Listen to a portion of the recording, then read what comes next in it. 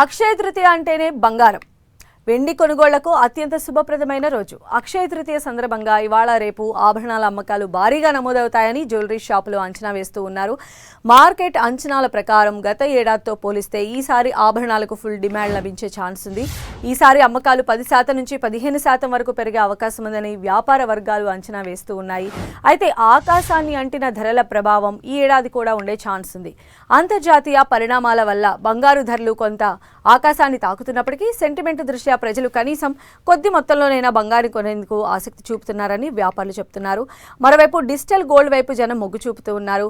Physical గోల్డ్తో పాటు ఈసారి digital gold ETF, sovereign gold bonds పైన యూత్ అధిక ఆసక్తి చూపించే అవకాశం ఉంది. ఇక ఈ ఏడాది అక్షయ తృతీయ సందర్భంగా గోల్డ్ కాయిన్స్కు ఫుల్ డిమాండ్ లభించే ఛాన్స్ ఉంది.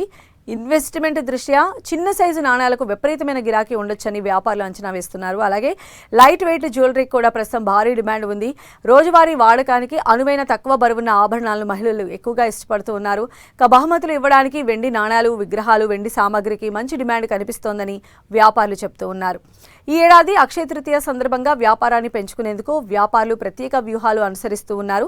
ఇవాళ రద్దీని దృష్టిలో ఉంచుకొని జ్యువెలరీ షోరూంలు కొన్ని ప్రత్యేక ఆఫర్లను అందిస్తూ ఉన్నాయి. ముఖ్యంగా మేకింగ్ ఛార్జీలపై తగ్గింపు ఇస్తున్నట్లు పలు జ్యువెలరీ సంస్థలు కూడా తెలిపాయి.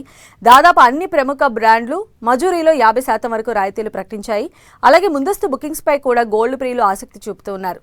ధర పెరిగినా నష్టం కలగకుండా ఉండేందుకు ఎంతో మంది కస్టమర్లు వారం రోజుల ముందే ఆభరణాలను బుకింగ్ చేసుకున్నారు.